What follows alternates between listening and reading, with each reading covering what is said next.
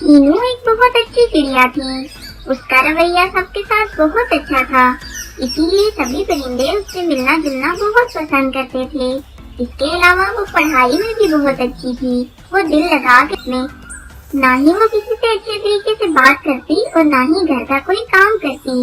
उसके घर वाले भी उसे चीनू की मिसालें देकर बातें सुनाते। तुमने चीनू को देखा है? वो कितनी अच्छी है। वो हर काम अच्छे तरीके से करती है, पढ़ाई में भी बहुत अच्छी है और लोगों के साथ बात भी बहुत अच्छे तरीके से करती है। और एक तुम हो, तुम किसी काम को अच्छे से नहीं करती, ना ही अच्छे नंबर लेती हो, ना ही मेरे साथ खेलती हो। हाँ, बबली बिल्कुल सही कह रही है। तुम किसी काम की नहीं हो, ना तुम घर के कामों में मेरा हाथ बटाती हो, ना ही किसी से अच्छे तरीके से बात करती हो। मुन्नी ये सब बातें सुनकर बहुत गुस्से में आ जाती। वो चीनू से बहुत हसद करने लगी थी। इस चीनू की बच्ची ने तो पता नहीं क्या जादू कर दिया है सब पे। हर कोई बस चीनू चीनू ही करता रहता है। मैं तो तंग आ गई हूँ सुन सुन के। ये चीनू की बच्ची किसी दिन मुझे मिले तो मैं तो इसको जान से ही मार दूँ। मुन्नी के दिल में चीनू के लिए हसद बढ़ता जा रहा था। वो दिन ब दिन चीनू से मजीद हसद करने लगी थी। अब उनके फाइनल एग्जाम शुरू होने वाले थे। चीनू हमेशा की तरह दिल लगा के पढ़ाई कर रही थी। वो सुबह शाम बस पढ़ाई ही करती रहती। मुन्नी जानती थी कि इस बार भी वो हमेशा की तरह अच्छे नंबर ले लेगी और मुझे सबकी बातें सुननी पड़ेंगी। इसीलिए वो सोचती है, बस बहुत हो गया, इस बार तो मैं ऐसा नहीं होने दूंगी। इस चीनू की बच्ची को तो मैं सबक सिखाऊंगी। ये हमेशा अच्छे नंबर ले लेती है और मुझे सबकी बातें सुननी पड़ती हैं। यही सोचकर वो चीनू के पास जाती है और उससे कहती है, चीनू बहन, मुझे आपसे एक काम है आज। हाँ बोलो मुन्नी, क्या काम है तुम्हें? दरअसल चीनू बहन, अम्मी ने मुझसे सब्जी मंगवाई थी और सब्जी वाला थैला मुझसे नदी में गिर गया। अम्मी का तो आपको पता है ना, वो कितनी सख्त है। अगर उन्हें पता चल गया तो वो मुझे बहुत डांटेगी, बहुत मारेगी। सब्जी वाला थैला नदी में सामने ही नजर आ रहा है। अगर मेरी कोई मदद करे तो मैं उसे आसानी से निकाल सकती हूँ। क्या आप मेरी मदद करेंगी? हाँ मुन्नी, क्यों नहीं, मैं जरूर तुम्हारी मदद करूँगी। चलो चलते हैं। ये कहकर वो दोनों नदी की तरफ चल पड़ती हैं। नदी की तरफ जाते हुए उन्हें रास्ते में एक बूढ़ा उल्लू मिलता है। अरे बच्चों, कहाँ जा रहे हो तुम लोग? बाबा जी, मुन्नी का सब्जी वाला थैला नदी में गिर गया, बस वही लेने के लिए जा रहे हैं। क्या तुम लोग नदी की तरफ जा रहे हो? उस नदी की तरफ तो बड़े बड़े परिंदे जाने से डरते हैं। तुम लोग तो छोटी छोटी चिड़िया हो। उस नदी में तो बहुत खौफनाक और खतरनाक जानवर हैं, मगरमच्छ, शार्क और पता नहीं क्या क्या। लेकिन बाबा जी, मुन्नी को बहुत डांट पड़ेगी। कोई बात नहीं बेटा, मम्मा से तुम लोग माफी मांग लेना, लेकिन नदी की तरफ मत जाओ। एक दफा जान चली जाए तो बात नहीं आती। ये कहकर उल्लू उड़ जाता है। मुन्नी, बाबा जी कह तो सही रहे थे, हमें बड़ों की बात मान लेनी चाहिए। मेरे ख्याल से हमें घर वापस चलना चाहिए। लेकिन चीनू, मुझे अम्मी से बहुत मार पड़ेगी। सब्जी वाला शॉपर तो नदी में सामने ही नजर आ रहा है। हमने कौन सा नदी के अंदर जाना है? प्लीज मेरे साथ चलो। मुन्नी ऐसी बातें करके चीनू को साथ जाने के लिए मना लेती है। चीनू तो पहले ही नरम दिल थी, वो उसकी बातों में आ जाती है और वो दोनों नदी की तरफ चल पड़ती हैं। नदी के ऊपर एक पेड़ था जिसपे वो दोनों बैठकर सब्जी वाला थैला देखने लगी। मुन्नी, मुझे तो कोई सब्जी वाला थैला नहीं नजर आ रहा। अरे चीनू, थोड़ा आगे होकर तो देखो, वो सामने ही तो पड़ा है। तुम्हें पता नहीं क्यों नजर नहीं आ रहा? आगे होकर देखो तो सही। ऐसे कहते कहते वो चीनू को धक्का देकर पानी में गिरा देती है। बचाओ बचाओ, मुन्नी मुझे ऊपर खींचो। अरे ऊपर खींचने के लिए थोड़ी गिराया है, अब तो यही तुम्हारा आखिरी ठिकाना है। ये कहकर मुन्नी वहाँ से चली जाती है और चीनू को डूबता हुआ छोड़ देती है। चीनू बहुत चीखती चिल्लाती है, बचाओ बचाओ। वहाँ पास से एक तितली गुजर रही थी। उसको जब चीनू की चीखने की आवाजें गई तो वो नदी की तरफ आई। तितली ने चीनू को बचाने की कोशिश शुरू कर दी। आखिरकार वो इस कोशिश में कामयाब हो गई और उसने चीनू को बचा लिया। कुछ देर तो चीनू की हालत बहुत खराब रही, लेकिन थोड़ी देर बाद वो ठीक हो गई। तो तितली ने उससे पूछा, अरे बहन, आप पानी में कैसे गिर गई? इस नदी के पास तो बड़े बड़े परिंदे भी आने से डरते हैं। बस तितली बहन, क्या बताऊं, किसी ने मुझे धोखे से गिरा दिया इस नदी में। लेकिन चीनू बहन, किसने गिराया? मेरी पड़ोसन मुन्नी ने। मैं नहीं जानती थी वो मुझसे इतना हसद करती है कि उसने मुझे मरने के लिए ही छोड़ दिया। आप अगर आज ना आती तो मैं जान से हाथ धो बैठती। आपका बहुत शुक्रिया तितली बहन। नहीं बहन, शुक्रिया की क्या बात है, ये तो मेरा फर्ज था। लेकिन मुन्नी इतनी जालिम है, उसने तुम्हें मरने के लिए ही छोड़ दिया। हाँ, बस मैं नहीं जानती थी उसके दिल में क्या है। चले अब आप ऐसा करें, घर जाते साथ मुन्नी के और अपने घर वालों को बताएं कि मुन्नी ने आपके साथ क्या किया है, ताकि वो लोग उसकी अच्छे से खबर लें। नहीं तितली बहन, मैं उसके बारे में किसी को नहीं बताऊंगी। मेरी जान तो अल्लाह ने बचा ली है, लेकिन मुन्नी हमेशा के लिए जेल में चली जाएगी और मैं ये नहीं चाहती। अरे आपका दिल बहुत बड़ा है, मेरे साथ कोई ऐसा करता तो मैं तो उसको जान से ही मार देती। खैर, आपको मेरी कभी भी जरूरत हो तो बिला झिझक मुझे कह लीजिएगा। तितली और चीनू की अच्छी दोस्ती हो जाती है। तितली चीनू को घर तक भी छोड़कर जाती है। मुन्नी जब देखती है कि चीनू घर आ गई है तो वो बहुत हैरान होती है और बहुत डर जाती है। वो जानती थी कि अब चीनू सबको बता देगी और मैं हमेशा के लिए जेल में चली जाऊंगी। यही सोचकर वो वहाँ से भाग जाती है।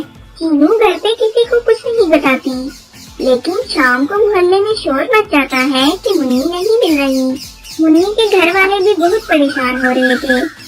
चीनू को जब पता चलता है तो वो समझ जाती है कि मुन्नी यहाँ से क्यों गायब हुई है। वो मुन्नी को ढूंढने के लिए तितली की मदद लेती है। वो दोनों मिलकर मुन्नी को ढूंढने के लिए जंगल की तरफ चली जाती हैं। सुबह से शाम हो जाती है, लेकिन मुन्नी का कुछ पता नहीं चलता। शाम को थक हार कर जब वो वापस आने का सोचती हैं, तो उन्हें एक गार में से रोने की आवाजें आती हैं। जब वो पास जाकर देखती हैं, तो मुन्नी बैठी वहाँ रो रही थी। मुन्नी उन्हें देखकर डर जाती है, लेकिन चीनू बहुत प्यार से उससे बात करती है। मुन्नी, तुम भागकर यहाँ क्यों आ गई हो? अब इधर उधर भागने से कोई फायदा नहीं है। चलो मेरे साथ घर चलो। नहीं, मैं तुम्हारे साथ घर नहीं जाऊंगी। अगर मैं घर गई तो तुम सबको बता दोगी और मुझे हमेशा के लिए जेल में भेज दोगी। अरे नहीं मुन्नी, मैंने तो किसी को कुछ भी नहीं बताया। क्या सच में तुमने किसी को कुछ नहीं बताया? हाँ बिल्कुल, मैंने किसी को कुछ नहीं बताया। तुमसे गलती हुई है और मैंने तुम्हें माफ कर दिया है। चलो मेरे साथ घर चलो, मैं किसी को कुछ नहीं बताऊंगी। चीनू, तुम बहुत अच्छी हो। मैंने बहुत गलत किया तुम्हारे साथ, मुझे माफ कर दो प्लीज। हाँ, मैंने तुम्हें माफ कर दिया है। अब चलो घर चलते हैं। वो दोनों मुन्नी को अपने साथ लेकर घर चली जाती हैं। मुन्नी भी चीनू के अखलाक से इतनी मुतासिर होती है कि वो हमेशा के लिए उसकी अच्छी दोस्त बन जाती है और दोबारा उसे नुकसान पहुंचाने की कभी भी कोशिश नहीं करती। तितली, चीनू और मुन्नी बहुत अच्छी दोस्ती बन जाती हैं।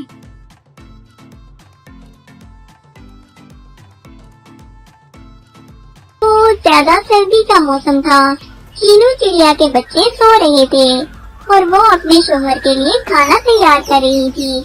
चीनू चिड़िया का शोहर बहुत सख्त था, इसीलिए वो बहुत एहतियात से खाना बना रही थी कि कहीं नमक मिर्च ज्यादा या कम न हो जाए।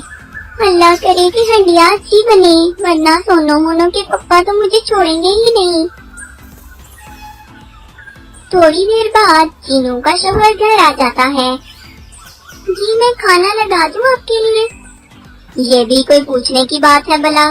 जाहिर है थका हारा काम से आया हूँ, खाना तो खाऊंगा ना। तुम्हें तो इतनी भी अकल नहीं कि पहले पानी पूछते हैं जो बाहर से आए। नहीं, वो दरअसल बाहर बहुत सर्दी का मौसम है ना, इसलिए मैंने पानी नहीं पूछा पहले। चलिए मैं पानी ले आती हूँ आपके लिए। चीनू उसके लिए पानी लेकर आती है। अरे ये कैसा पानी है? पानी का टेस्ट तो बहुत खराब लग रहा है। लगता है तुम ग्लास धोकर पानी नहीं लेकर आई। बस तुम तो हर काम से जान छुड़ाती हो।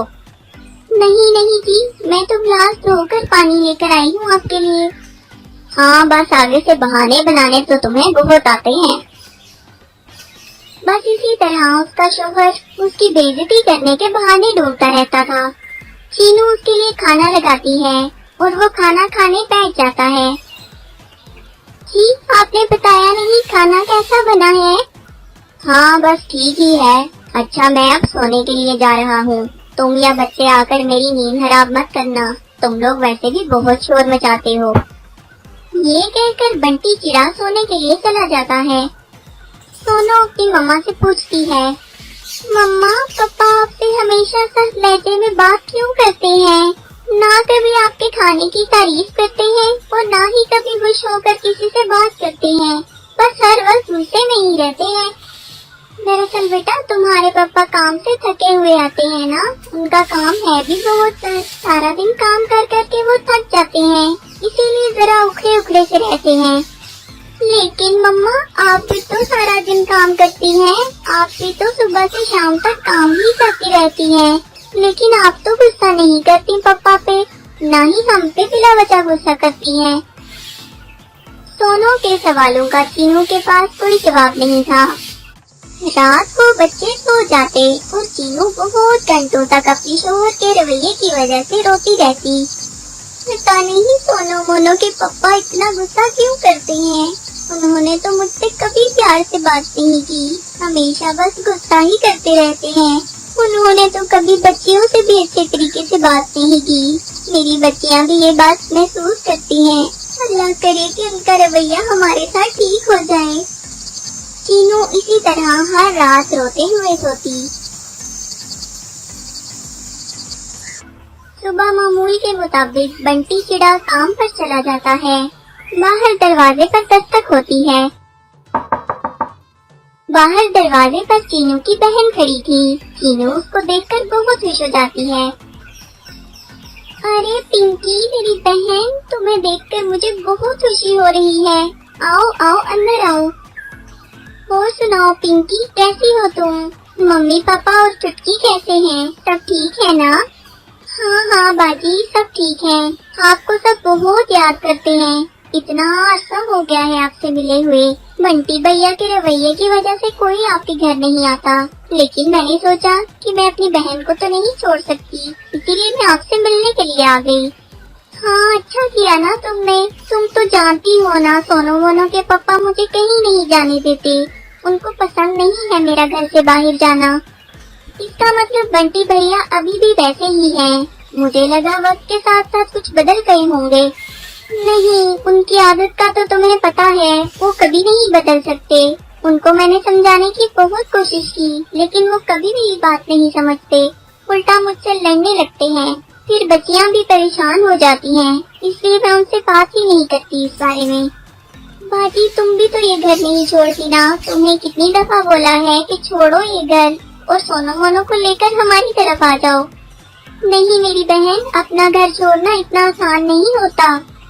वो अपनी बहन से घूम बातें करके अपना जी हल्का कर लेती है। अच्छा बाजी, अब मैं चलती हूँ, बहुत वक्त हो गया। बंटी भैया वैसे भी मुझे देखकर कोई खास खुश नहीं होंगे। आपको तो उनकी आदत का पता है, इसलिए मैं उनके आने से पहले ही चली जाऊँ बेहतर है। आज शाम बंटी चिड़ा अपनी बेटियों के लिए कुछ खिलौने लेकर आता है। सोनू मोनू, आओ देखो, मैं तुम लोगों के लिए खिलौने लेकर आया हूँ। सोनू मोनू पापा की आवाज पर बाहर आती हैं, लेकिन वो खिलौने देखकर कुछ खास खुश नहीं होती। अरे क्या हुआ बच्चों, तुम लोगों को खिलौने पसंद नहीं आए क्या? बस ठीक ही है। इसका मतलब खिलौने तुम लोगों को पसंद नहीं आए। आइंदा नहीं लेकर आऊंगा तुम लोगों के लिए। हाँ ठीक है, मत लेके आना। वैसे भी हम खिलौनों के लिए कोई मरे तो नहीं जा रहे। अरे ये तुम लोग किस तरह बात कर रही हो मेरे साथ? बाप के साथ बात करने की तमीज नहीं है तुम लोगों को? आप भी तो मम्मा से ऐसे ही बात करती हैं हमेशा, आप ही से सीखा है हमने। ये कहकर सोनू मोनू चली जाती हैं। आज बंटी चिड़ी को एहसास होता है कि मेरे बुरे रवैये का असर मेरे बच्चों पर भी हो रहा है। चीनू इस सब से बहुत परेशान हो गई। उसने सोचा कि अब वो बच्चियों का गुस्सा उस पर निकालेगा, लेकिन इस बार बंटी गुस्सा करने की बजाय बिल्कुल खामोश हो गया। अजी, बच्चियों को आपसे ऐसी बात नहीं करनी चाहिए थी। मैं उन्हें समझाऊंगी। पहली बार उन्होंने आपसे ऐसी बात की है। बच्चियां समझकर उन्हें माफ कर दें। नहीं चीनू, तुम्हें माफी मांगने की जरूरत नहीं है। मुझे आज एहसास हुआ है कि मेरे बुरे रवैये का असर मेरे बच्चों पर भी हो रहा है। सोनू मोनू तो आज बिल्कुल मेरे लहजे में मुझसे बात कर रही थी और मुझे बहुत बुरा लगा। इसी तरह मैं जब तुमसे बुरे लहजे में बात करता हूँ तो तुम्हें भी बुरा लगता होगा। मुझे माफ कर दो। जी, मैं आपको यही बात तो समझाती थी कि वालिदैन की शख्सियत का बच्चों पर बहुत असर होता है। मैं ये नहीं कहती कि सोनू मोनू ने आपके साथ बदतमीजी करके अच्छा किया है। मैं उन्हें समझाऊंगी, पापा से ऐसे बात नहीं करनी चाहिए। लेकिन अगर हम आपस में अच्छे से नहीं रहेंगे तो बच्चों को हम कैसे सिखाएंगे कि एक दूसरे के साथ अच्छे तरीके से रहना चाहिए। हाँ, बिल्कुल सही कह रही हो। मुझे माफ कर दो। मैं आइंदा तुमसे इस लहजे में कभी बात नहीं करूँगा। बंटी चिड़े को एहसास हो जाता है और वो आइंदा अपनी बीवी बच्चों से कभी बुरे लहजे में बात नहीं करता।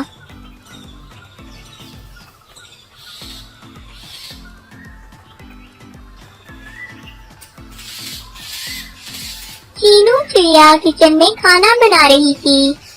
उसकी बेटियां सोनो और मोनो अपने पापा के आने का इंतजार कर रही थी। वो अपने पापा से बहुत प्यार करती थी। सोनो, आज पापा आएंगे तो मैं उनका सर दबाऊंगी क्योंकि वो सारा दिन काम कर करके थक जाते हैं। अरे नहीं नहीं, पापा का सर मैं दबाऊंगी। कल भी तुमने ही सर दबाया था। चलो ठीक है, सर आज तुम दबा लेना उनका, लेकिन जब वो आएंगे तो उनको पानी मैं दूंगी। सोनो मोनो, क्या हुआ? तुम लोग किस बात पे बहस कर रही हो? नहीं मम्मा, हम बहस नहीं कर रहे। मैंने सोचा है कि जब पापा आएंगे तो उनको पानी मैं दूंगी और उनका सर आज मोनो दबाएगी। अरे तुम लोग अपने पापा से कितना प्यार करती हो। रोज तुम लोग इसी बात पर बहस कर रही होती हो। जैसे ही उनके पापा के आने का टाइम होता है वो दरवाजे में जाकर खड़ी हो जाती है।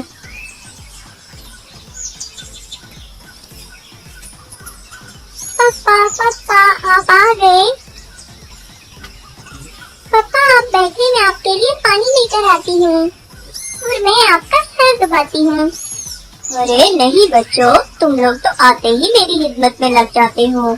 अभी बस तुम लोग मेरे पास बैठो, बाद में ले आना पानी। चीनू चिड़िया खाना लगाती है और वो मिलकर खा लेते हैं। उनके घर में बहुत सुकून था। बेटियां अपने पापा से और पापा अपने बेटियों से बहुत प्यार करते थे। हर कोई उनके घर की तारीफ करता।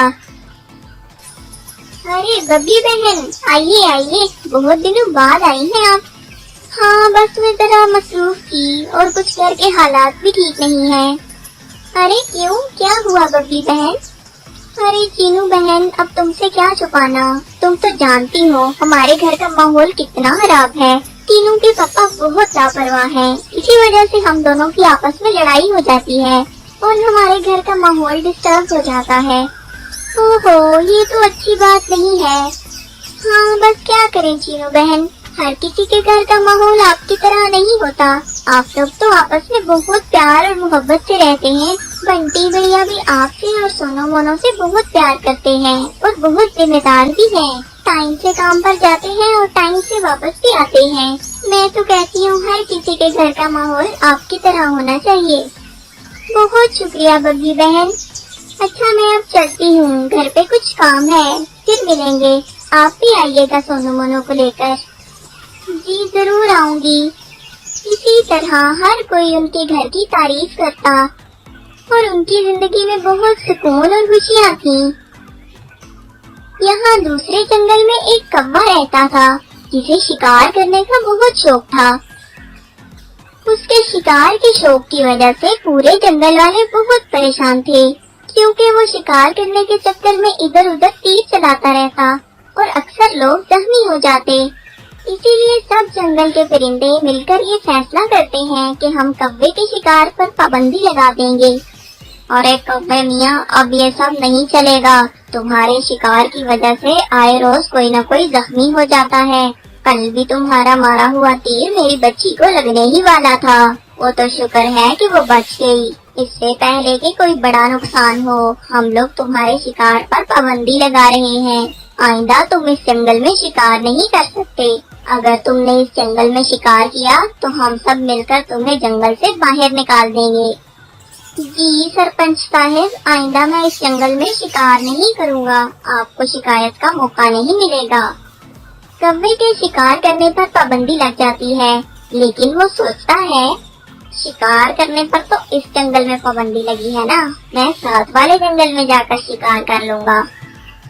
यही सोचकर वो अगले दिन दूसरे जंगल में शिकार करने के लिए चला जाता है, जहाँ सोनो मोनो और चीनू लोग रहते थे। अरे वाह, ये तो बड़ा हरा भरा जंगल लग रहा है। यहाँ यकीनन बहुत सारा शिकार मिलेगा। यही सोचकर कौवा हवा में तीर चलाना शुरू कर देता है। इधर बंटी चिड़ा काम से अपने घर को वापस जा रहा था। कौवा तीर चलाता है और एक तीर सीधा बंटी चिड़े को लग जाता है और वो जमीन पर गिरकर तड़पने लगता है। मोहल्ले की एक चिड़िया देख लेती है और वो फौरन सोनो मोनो और चीनू को बुला लाती है। उनका अपने पप्पा को देखकर बुरा हाल हो जाता है। पप्पा, पप्पा आपको क्या हो गया? पप्पा ये कैसे हो गया? बस बेटा, लगता है मेरे जाने का वक्त आ गया है। अब तुम लोगों को अपना ख्याल खुद ही रखना होगा। चीनू, मेरी बच्चियों का बहुत ख्याल रखना।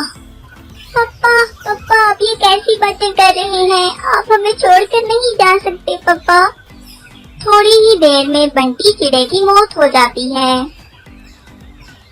इधर जब कौवे को पता चलता है कि उसका चलाया हुआ तीर किसी चिड़े को लग गया है, तो वो वहाँ से भाग जाता है।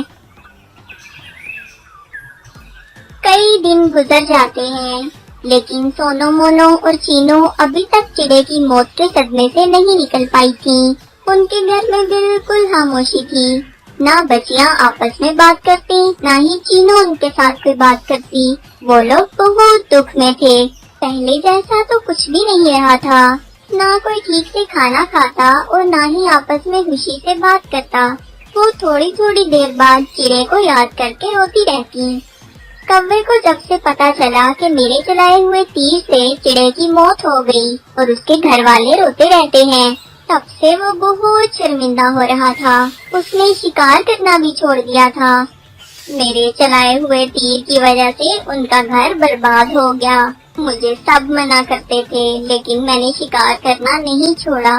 लेकिन अब मेरे पछताने से उनका बाप वापस तो नहीं आ जाएगा। क्या करूं, कुछ समझ नहीं आ रहा। बस यही सोच सोच कर कौवा हमेशा शर्मिंदा होता रहता। एक दिन उससे रहा न गया और वो चीनू के घर चला गया। वो उनके घर जाकर सारी बात बता देता है। कौवे के बच्चे, तूने हमारे बाप को मार दिया, तुझे जरा शर्म नहीं आई? देखिए, मैंने जानबूझ के आपके बाप को नहीं मारा। मैं तो उस दिन से ठीक से सो भी नहीं पाता।